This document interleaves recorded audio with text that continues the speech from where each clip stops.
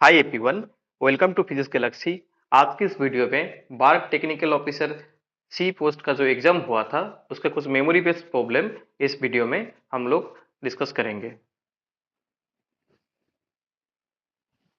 जो क्वेश्चन आया था, पहला जो क्वेश्चन है कि एक डिफरेंशियल इक्वेशन गिवन था जिसमें बोला गया था कि कॉम्प्लीमेंट्री फंक्शन इसका क्या होगा। तो इसको सॉल्व करने के लिए ट्रायल सॉल्यूशन जो है e equal to E to the power m x इसको लगाना है। फिर यहाँ से जो आ रहा है कि m square minus of 8 of m plus 5 that is equal to 0। So that means इधर से जो आएगा कि सीधे रास्ते जो फॉर्मूला लगाने से एम का वैल्यू जो आ रहा है कि एम इक्वल टू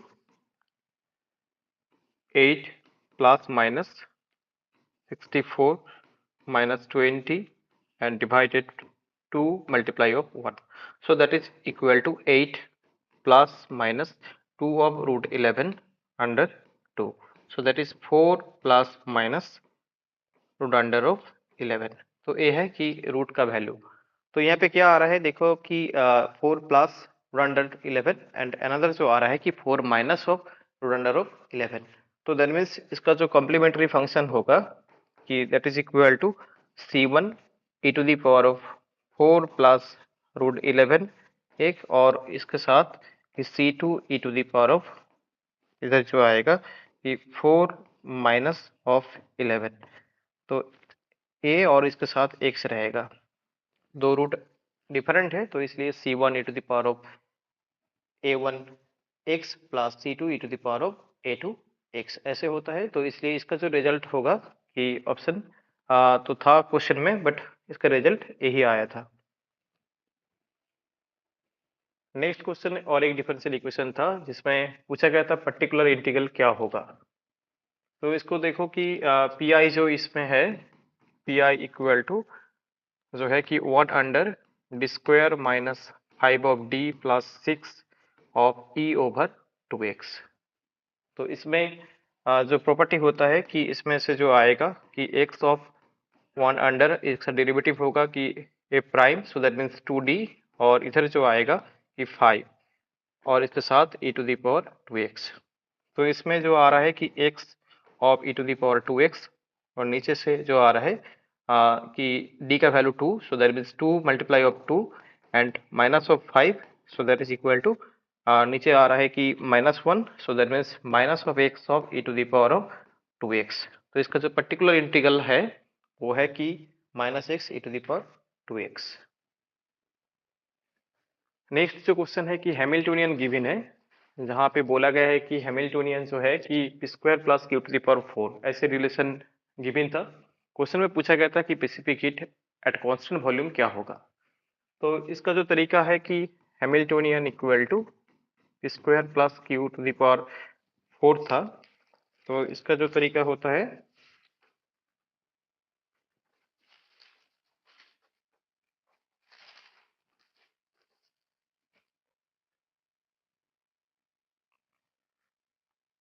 तो इन जनरल जो होता है पहले उसको देख लेते हैं कि इन जनरल जो फॉर्म होता है कि Hamiltonian actually function of Q P that is equal to P over S one plus Q over S two. ऐसे जब हैमिल्टोनियन रहता है उसी केस में एनर्जी जो होता है average energy that is equal to K B T under S one plus K T under S two, और इधर जो है के है कि बोल्ट्जमैन कांस्टेंट। क्लियर। तो यही होता है कि एनर्जी का फॉर्मूला। तो आपको बस देखना था कि पावर में जो था पी और क्यू के पावर में जो था इक्वेशन में जो हैमिल्टन की इक्वेशन था, तो उसमें से आपको लिखना था कि यू क्या होगा। तो ऐसे फॉर्मूला होता है इन जनरल केस। तो इसमें से आप सी भी कैलकुलेट करने चाह रहे हो तो क्या होगा कि del U under del T at constant V. तो इधर आ रहा है कि क्या आता है कि के be under S one plus के बी अंडर एस टू। तो ये क्वेश्चन वाइज डिफरेंट होता है। तो इसी केस में देखिए कि हेयर एक्चुअली जो था वो क्या था एक्चुअली, इधर जो था कि S1 जो था एक्चुअली 2, और कंपेयर करने से, और S2 जो था actually 4। So that is actually U जो होगा, इसमें U जो आ रहा है कि के B T under S1, S1 मतलब 2 प्लस के टी अंडर 4।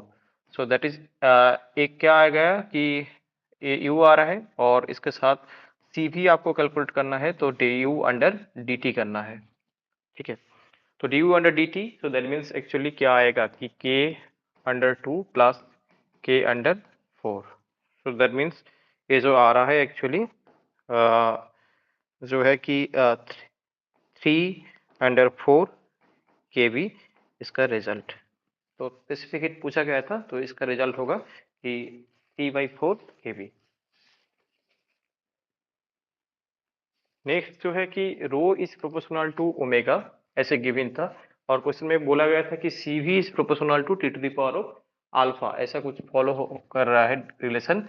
और इसमें बोला गया था डायमेंशन जो था 2 डायमेंशन केस था और क्वेश्चन में पूछा गया था अल्फा का वैल्यू क्या होगा या डिपेंडेंसी क्या होगा, स्पेसिफिक हीट टेम्परेचर के साथ डिपेंडेंसी क्या होगा। तो इसी केस पे देखिए कि rho is given actually omega, और ओमेगा जो होता है कि के ऑफ सी से इक्वल होता है कि सी इक्वल टू ओमेगा अंडर के होता है। तो इसमें से आप लिख सकते हो कि omega equal to K C. Okay, so that means actually rho is proportional to, again A भी होता है कि पी इक्वल टू जो होता है कि एज कट के। सो दैट मीन्स आप इसको इसमें के का वैल्यू जो है कि पी अपन एज कट लिख सकते हो इधर। तो क्या आ गया कि P is proportional to P/1, क्योंकि देखो कि इसमें कि P सिर्फ आ रहा है तो जो पावर में है कि वो तो कुछ नहीं है, मतलब 1 है, ठीक है। तो दैट मीन्स इसमें ऐसे इन जनरल फॉर्म होता है कि rho is dependency of P S होगा। तो इसी केस में ये जो रिलेशन है, ये जो रिलेशन है इसमें से आपको सी भी आसानी से मिल जाता है। एक रिलेशन है C V is proportional to T to the power D under S, और एस जो है एक्चुअली डिपेंडेंसी रो पी के साथ कैसा है इसको कंपेयर करना है। तो यहाँ पे देखिए कि यहाँ पे जो एस है ना एक्चुअली 1 है और डायमेंशन क्वेश्चन में गिवन था ये जो था कि 2, तो इसलिए इसमें जो रिजल्ट आएगा कि 2/1, सो that is C V is proportional to T square, ये रिजल्ट करेक्ट होगा।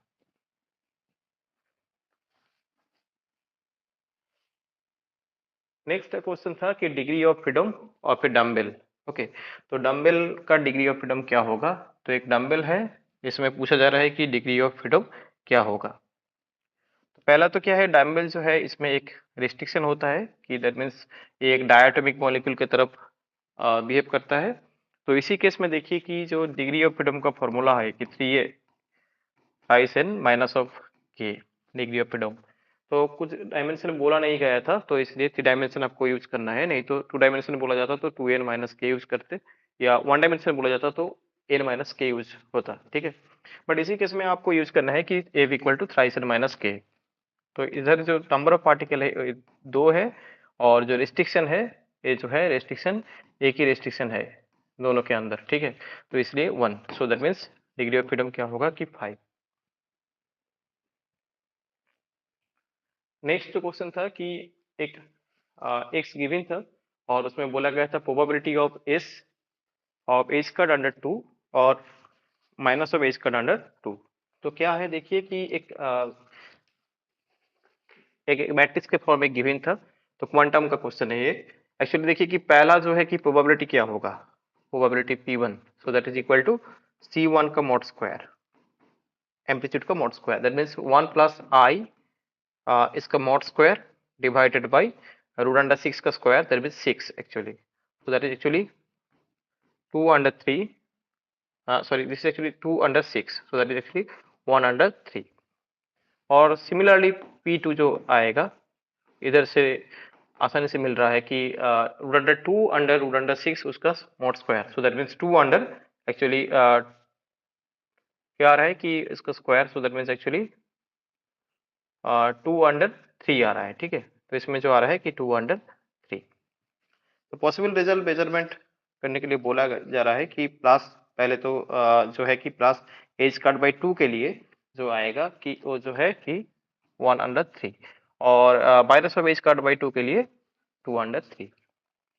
तो इसका प्रोबेबिलिटी जो होगा आंसर कि प्लस एज कट बाई 2 के लिए 1 अंडर 3 और इस स्टेट में माइनस एच बाई 2 के लिए 2/3।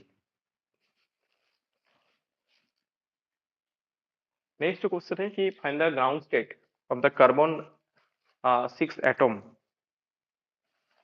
तो इस कार्बन 6 एटम के लिए ग्राउंड स्टेट कॉन्फ़िगरेशन क्या होगा। तो इसमें देखिए कि कार्बन 6 गिवन है, दैट मीन्स जो नंबर ऑफ इलेक्ट्रॉन्स है दैट मीन्स जेड जो है actually 6 and number of electrons जो है वो भी क्या है कि 6 है।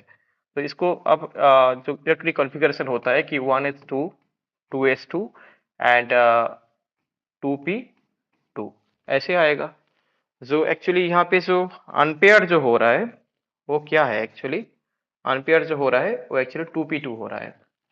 तो 2p2 हो रहा है मतलब क्या है कि ये अनपेयर्ड है, ठीक है, मतलब ऐसा है कि ये अनफिल अप है, ठीक है। तो इसमें देखो कि आपको इसमें देखना है कि पी साब सेल के लिए कितना होता है कि 3 हो जाता है, पी सेल के लिए 3 साब सेल होता है जो है कि P X P Y and P Z. और पी में टोटल जितना नंबर ऑफ इलेक्ट्रॉन मैक्सिमम रह सकता है वो है कि 6। तो आपको क्या करना है कि पी का वैल्यू है तो मतलब एल का वैल्यू क्या है, पी में यहाँ पे कैलकुलेशन करना है तो एल का वैल्यू होता है 1। So that is M L value equal to +1 0 and -1। तो इलेक्ट्रॉन को आपको रखना है तो पहले तो एक ही ओरिएंटेशन में रहेगा, बाद में एक्स्ट्रा रहेगा तो वो फिलअप होके जाएगा, ठीक है। तो देखिए कि इसमें क्या आ रहा है, तो फिर एल आएगा, तो एल का वैल्यू क्या होता है कि summation over of M L. तो दैट इज इक्वल टू क्या आएगा कि 1 + 0, so that is equal to 1 आ रहा है। और एस का वैल्यू जो होता है कि summation over of M S. तो ये क्या है कि हाफ फील्ड से कम है तो दैट मीन्स कितना है कि 2 है, ठीक है। तो 2 है तो 2 अब मल्टीप्लाई ऑफ स्पिन का वैल्यू जो है हाफ, दैट इज 1। तो क्या आएगा, तो फिर जे का वैल्यू क्या आएगा, तो जे का वैल्यू जो होगा कि एल प्लस एस से लेके एल माइनस एस, ठीक है, एल प्लस एस से लेके एल माइनस एस। तो इधर क्या आएगा, तो 2 और 0 और अंदर में 1, तो 2 1 0 ये 3 स्टेट आ रहा है। और जो मल्टीप्लिसिटी आएगा कि ये तो आता है कि 2s + 1, so that is equal to 3 आ रहा है। तो जो स्पेक्ट्रोस्कोपिक टर्म जो आ रहा है कार्बन 6 एटम के लिए वो है कि 3 एल का वैल्यू 1 है तो that is P, 3 P capital है, 2 1 0। तो इसमें से कौन सा स्पेक्ट्रोस्कोपिक टर्म ग्राउंड स्टेट को रिप्रेजेंट करेगा। According to the Hund's rule क्या होता है कि हुन्स रूल का जो रूल है एक्चुअली कि हाफ फील्ड से कम होगा तो जो लोएस्ट जे वैल्यू होगा वही ग्राउंड स्टेट होता है।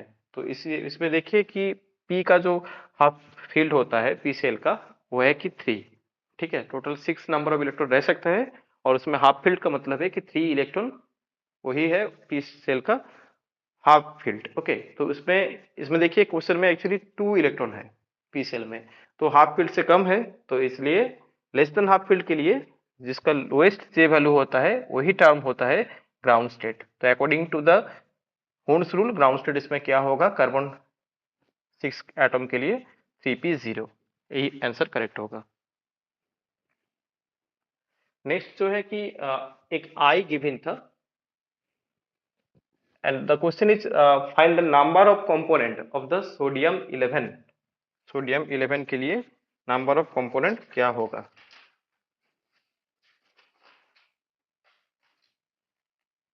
तो इसमें देखिए कि नंबर ऑफ कंपोनेंट जो होता है फॉर्मूला, नंबर ऑफ कंपोनेंट जो फॉर्मूला होता है equal to 2i+1, so that is equal to 2 of 3/2 + 1, so that is actually 4। तो नंबर ऑफ कंपोनेंट जो होगा ये 4।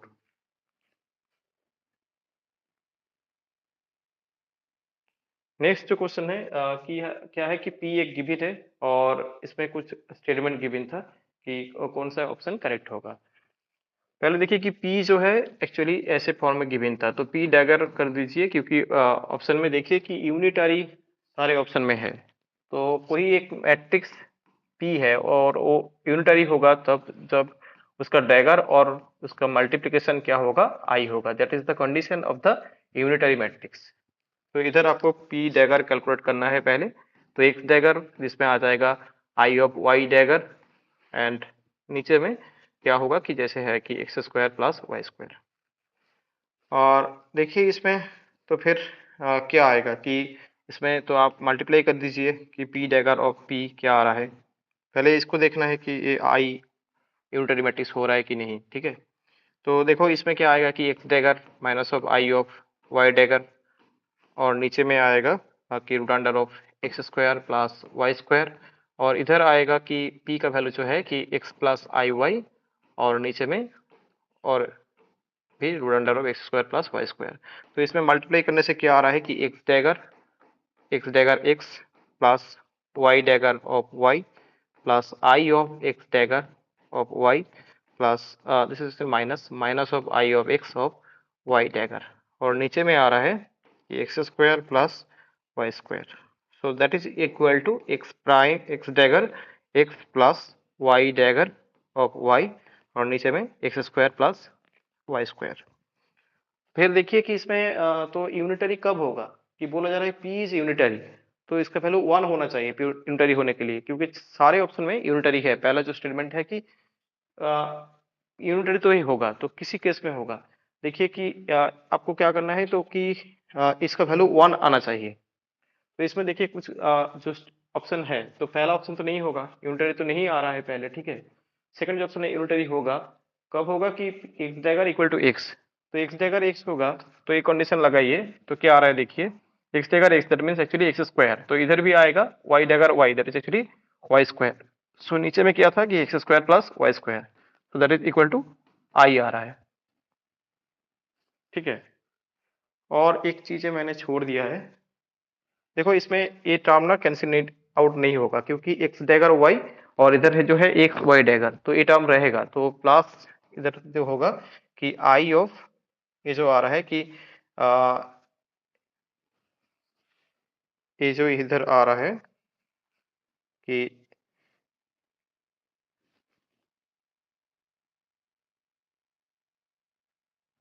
इधर जो आ रहा है कि x of dagger dagger y और minus of x of Y dagger, ये था एक्चुअली। तो ये थोड़ा चेंज कर लीजिए,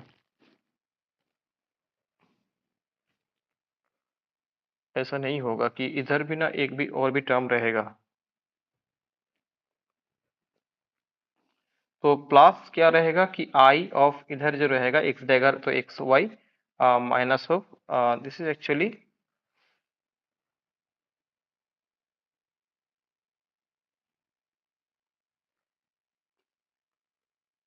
तो ये क्या था कि X dagger of Y and then actually this is actually Y dagger of X, ठीक है। तो इधर भी वाई डैगर ऑफ एक्स रहेगा, तो इधर जो आएगा कि वाई ऑफ एक्स, ठीक है। तो X dagger of Y and then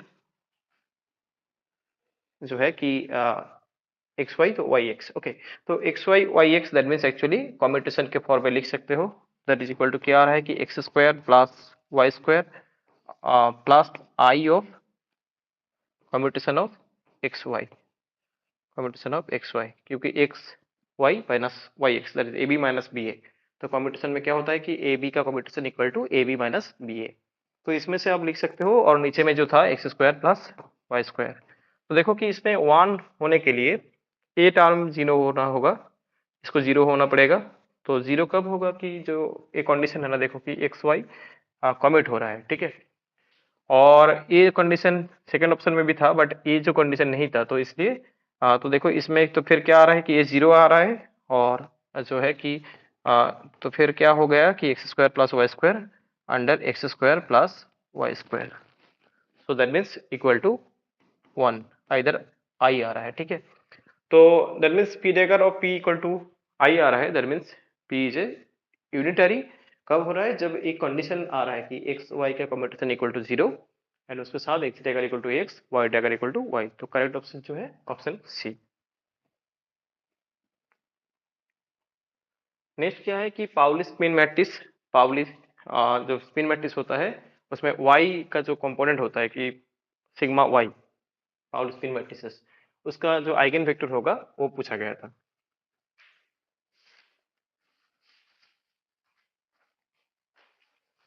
तो पहले देखो कि इसमें आइगन वैल्यू कैलकुलेट करने का जो कैरेक्टरिस्टिक इक्वेशन होता है कि sigma y minus of lambda I का डिटर्मिनेंट इक्वल टू 0। तो इसमें से क्या आ रहा है कि माइनस ऑफ लैम्डा और इधर आएगा कि minus of I, this is actually I and this is minus lambda equal to 0। और इसमें से आ रहा है कि लैम्डा इक्वल टू क्या आ रहा है कि प्लस माइनस 1। तो ये है आइगन वैल्यू। आइगन वेक्टर पूछा गया था। तो पहला जो है कि फॉर लैम्डा इक्वल टू 1 के लिए आइगन वेक्टर क्या होगा कि कंसीडर कर लीजिए कि let the eigen vector is a b ऐसा। तो आइगन वेक्टर का जो इक्वेशन होता है a x equal to lambda x, so that is actually जो है कि matrix 0 minus I and I of 0 and उसके साथ जो eigen vector a b that is equal to lambda, lambda का value +1, so that is 1 of a b. Actually eigen vector का जो equation होता है a x equal to lambda x, इसको लगाना है, ठीक है। क्वेश्चन क्या है कि एक्स पूछा जा रहा है, ठीक है। तो एक्स मैंने पहले कंसीडर कर लिया कि ए B for the lambda equal to +1 के लिए, एक स्पेसिफिक आइगन वैल्यू के लिए। जितना आइगन वैल्यू होता है उतना आइगन वेक्टर होता है, ठीक है। 3 आइगन वेक्टर आएगा जब 3 आइगन वैल्यू रहेगा, ठीक है। तो इसमें देखो कि इसमें कैलकुलेट करने से क्या आ रहा है कि minus of B I and इधर जो आ रहा है कि ए आई इक्वल टू 0। तो this is equal to sorry this is equal to A B. तो फिर क्या आ रहा है कि जो है कि x1 आप इसको कंसीडर करिए कि x1 ये लैम्डा एक स्पेसिफिक आइगन वैल्यू के लिए, तो x1 मैंने कंसीडर किया। तो दैट इज इक्वल टू क्या था कि ए बी। तो ए बी का वैल्यू क्या आ रहा है, ए बी इक्वल टू आ रहा है कि ए और बी का वैल्यू जो है कि ए आई, ऐसे लिख सकते हो, ठीक है। तो फिर देखिए कि इसका वैल्यू कैलकुलेट करना है कि x1 का वैल्यू क्या होगा। तो x1 Dega of x1 equal to 1 एक प्रॉपर्टी होता है। तो फिर क्या होगा कि a of a minus of I, okay.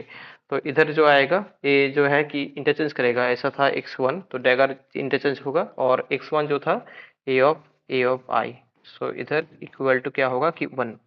तो इधर से जो आ रहा है कि square plus square that is equal to 1, so a equal to आ रहा है कि 1/√2। तो दैट मीन्स x1 जो है, x1 का जो वैल्यू है eigen vector for the lambda is specific 1 के लिए, +1 के लिए, तो क्या आ रहा है कि 1/√2। और इधर जो आ रहा है इसके साथ जो है कि 1 and I, 1 and I. So just इसमें देखिए कि एक आइगन वैल्यू जो था कि +1 उसके लिए 1 आई और बाहर में 1/√2। और सिमिलरली जो और एक आइगन वैल्यू है कि -1 के लिए आप कैलकुलेशन करेंगे तो इसका आइगन वेक्टर जो आएगा 1/√2 और इधर जो आ जाएगा 1 ऑफ माइनस आई। तो ए करेक्ट ऑप्शन था इस क्वेश्चन का। नेक्स्ट क्वेश्चन देखिए कि F Z equal to Z plus 1/z 2z² under z² +1, उसका क्या है कि एक डाटा पूछा जा रहा है कि 1/2 pi I f of z D Z equal to क्या होगा। तो पहले देखिए कि इसमें पोल क्या क्या है, ठीक है। इसको पहले देखिए क्या करना था कि एफ जेड इक्वल टू था Z plus 1/z plus 2z²। Residue से क्वेश्चन पूछा गया था ये।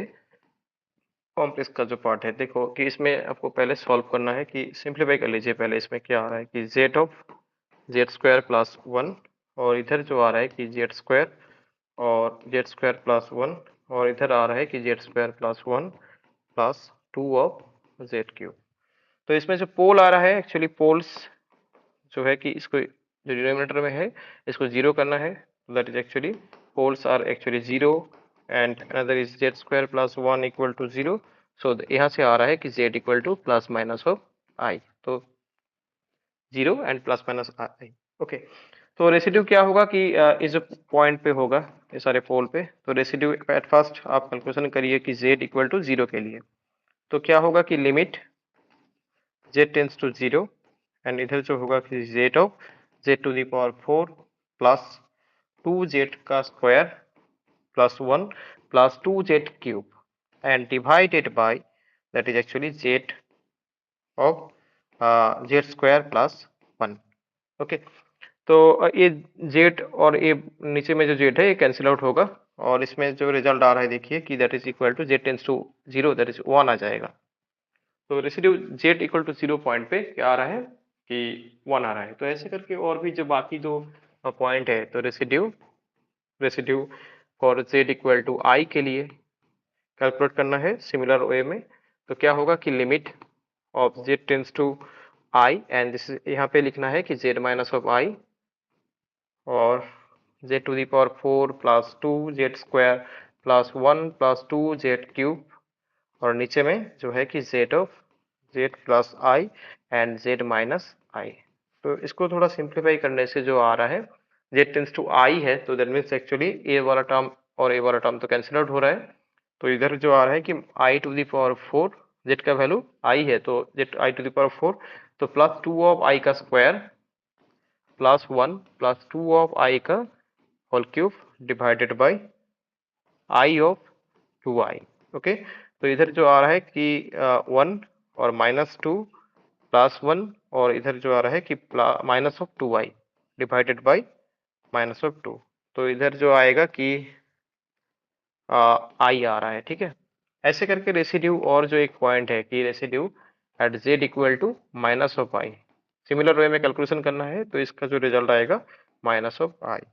ओके, सो नेक्स्ट जो है कि कॉची रेसिड्यू थ्योरम जो होता है the Cauchy residue theorem.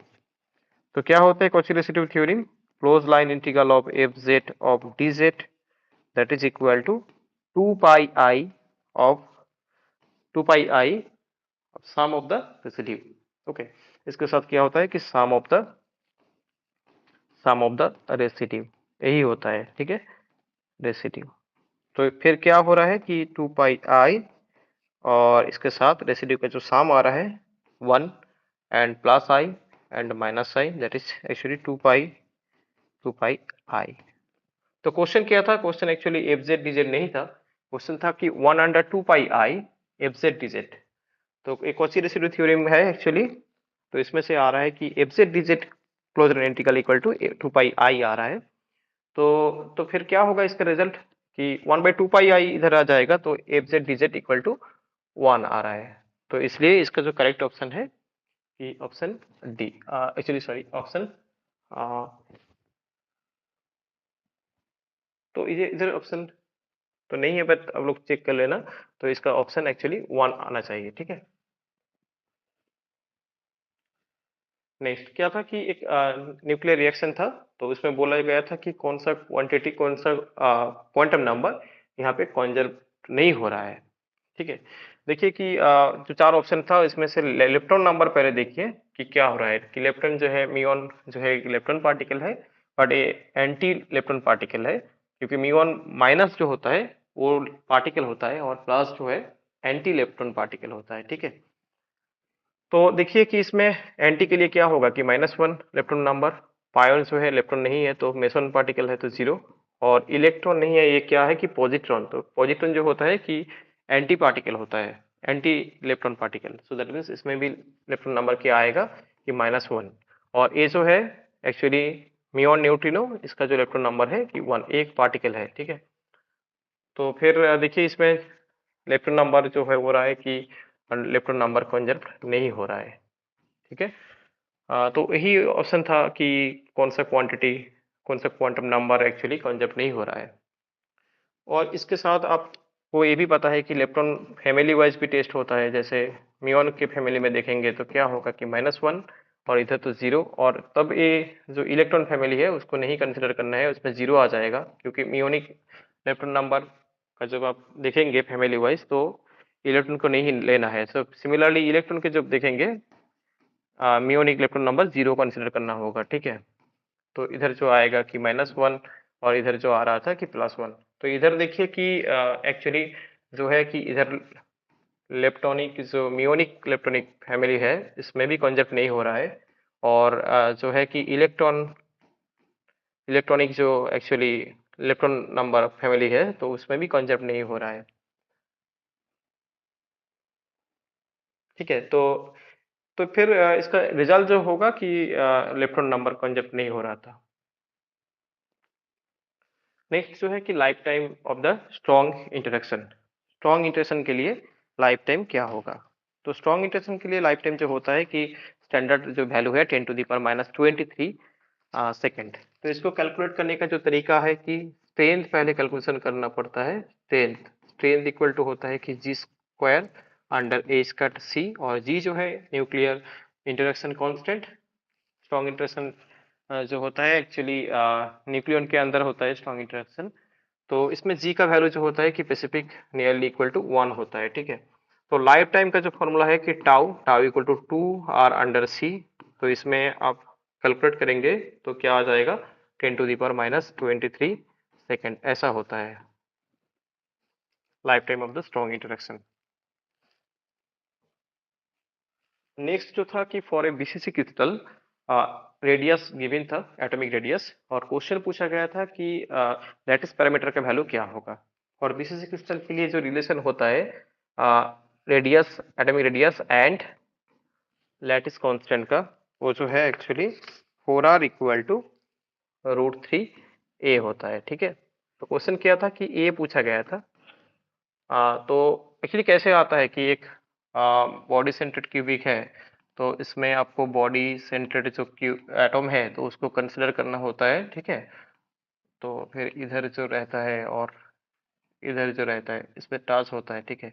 Body diagonal में ये टाच होता है। ठीक है। तो इधर देखिए कि इधर से इधर लेके 4R हो रहा है, और ए जो है एक्चुअली ए, और इधर जो है एक्चुअली √2a। तो फिर यहाँ से पिथागोरस जो थ्योरम है उसको लगाने से ये ए बी सी त्रिभुज, ए बी सी जो ट्रायंगल है इसमें से रिजल्ट आ जाएगा कि 4R = √3a। सो इधर जो आ रहा है कि 4R अंडर √3। सो इधर R का वैल्यू गिवन था, तो 0.184 डिवाइडेड बाई √3। इसको कैलकुलेट करने से जो रिजल्ट आ रहा है वो है 0.4249 ऐसा कुछ। ठीक है। 0.4249 ऐसा आंसर क्वेश्चन में गिवन था। नेक्स्ट जो है कि 2 माइक्रोफेरेड, 2 माइक्रोफेरेड करके, और 1 माइक्रोफेरेड, और नीचे में 3 माइक्रोफेरेड करके तीन एक्चुअली कैपेसिटर है।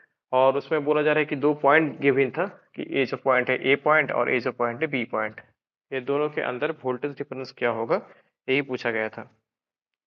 तो सीरीज कॉम्बिनेशन में क्या होता है कि 1/c इक्वल टू, कैपेसिटर के केस में सीरीज कॉम्बिनेशन में 1/c equal to 1/c1 1/c2 ऐसे करके होता है। और द पैरेलल कॉम्बिनेशन में क्या होता है कि c equal to c1 plus c2 plus c3 ऐसे होता है कैपेसिटर के केस में।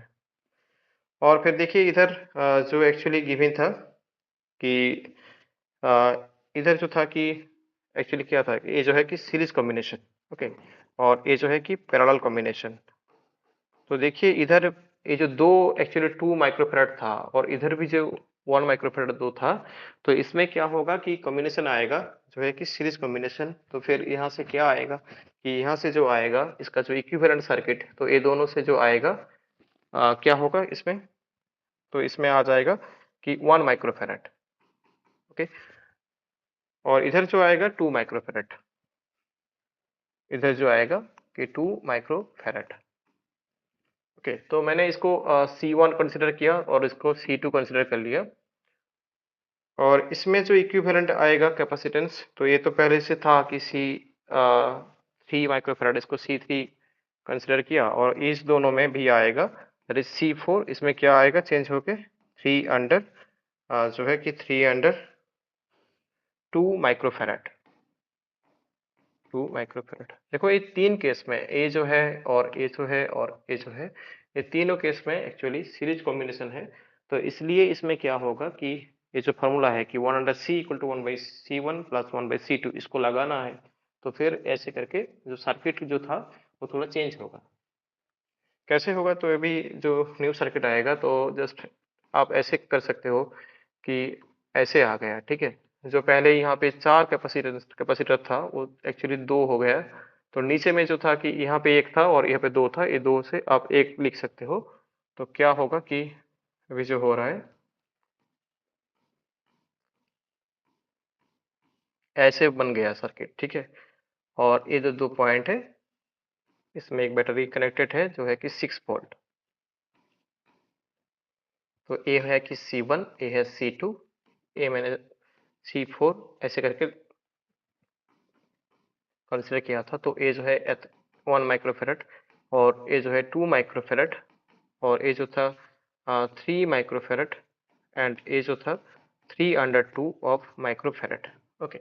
और जो दो पॉइंट था, this point actually this is a point and another point is this. Okay, so this point is A and defined this point is question में गिवन था कि B पॉइंट। तो आप एक काम करिए कि इसमें P टर्मिनल, इसको Q टर्मिनल नाम दीजिए, और देखिए कि इसमें तो फिर क्या होगा कि Q इक्वल टू क्या है कैपेसिटर के केस में, Q equal to CV, capacitance equal to Q upon V होता है, तो Q इक्वल टू CV। तो देन देखिए कि charge on the C1, then charge on C1, capacitor के अंदर जो चार्ज है, तो और इधर जो चार्ज है, चार्ज ऑन C2, तो बोथ आर ना actually equal. Okay, so that means actually 1 of multiply 10 to the power minus 6 1 microfarad, so that in multiply of voltage difference है Vp minus of actually Va। बस Q equal to CV लगाना है, तो बस ये आ गया C1 के लिए। तो सिमिलरली इधर क्या आएगा C2 के लिए, 2 of 10 to the power minus 6 और multiply of the voltage difference is actually Va minus of VQ। बस तो इसमें से कैलकुलेट करने से जो आ रहा है कि VA आ जाएगा, VA इक्वल टू क्या आएगा कि VA इक्वल टू जो है कि 2 वोल्ट, 2 वोल्ट आ जाएगा, ठीक है। और देखिए इसमें जो VP है ना, तो VP जो है एक्चुअली 6 वोल्ट है, और VQ जो है एक्चुअली 0 है। बस वही लगाना था। देखो इसमें 10 to the power minus 6 cancel out होगा बोथ साइड में, तो VP का वैल्यू 6 है और VQ का वैल्यू 0 लगाना है, ठीक है।